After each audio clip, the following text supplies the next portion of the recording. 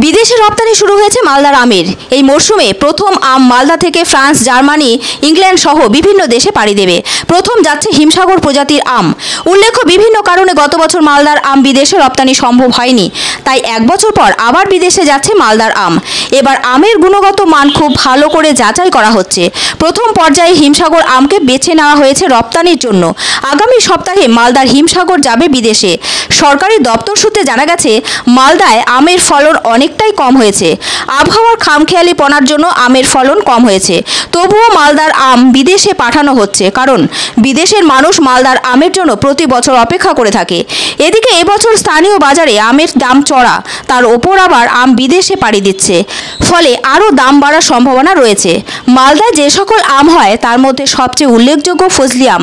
এছাড়াও দুধিয়া আম পাওয়া যায় মালদায়। এই আম মূলত আঁশবিহীন, এতে সুস্বাদু ক্রিমি টেক্সচার রয়েছে, যা মুখে দিলেই গলে যায়। এছাড়াও মালদার ল্যাংড়া আমও বিখ্যাত। তবে মালদা ছাড়াও বিহারে প্রচুর ল্যাংড়া আমের ফলন হয়।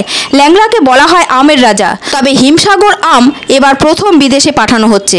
মালদা জেলা মূলত ফজলি আমের জন্য বিশ্ববিখ্যাত। পরবর্তী সময় ফজলি সহ অন্যান্য আম বিদেশে পাড়ি দেবে।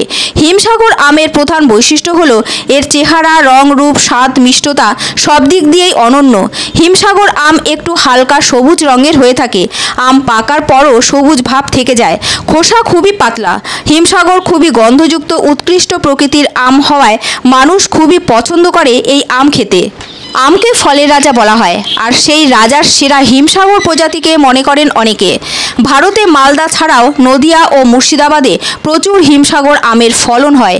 হিমসাগর আম গাছ থেকে ফলন পেতে অপেক্ষা করতে হয় 12 বছর। মূলত জুন মাসেই পাকতে শুরু করে এই আম। এবার সেই আমই যাচ্ছে প্রথম বিদেশে। এরপর বাকি সব আম বিদেশে পাড়ি দেবে। মালদার আম 1 বছর পর যাচ্ছে বিদেশে। ফলে আম চাষিদের মধ্যে খুবই খুশির বাতাবরণ তৈরি হয়েছে।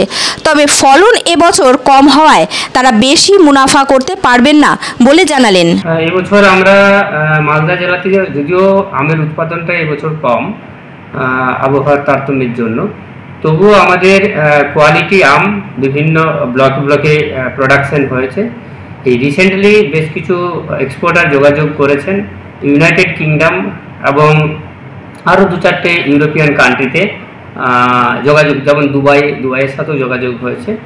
তো আশা করছি আগামী সপ্তাহে ইনিশিয়াল ফেজে 1300 কেজির মতো হিমসাগর প্রথম ফেজে যাবে, এবং এটা যে মুহূর্তে কোয়ালিটি ওদের কাছে অ্যাকসেপ্টেবল হয়ে যাবে, এটা রেগুলার বেসিসে আগামী 15-20 দিন ধরে এটা পাঠাবো বলে ঠিক করেছি।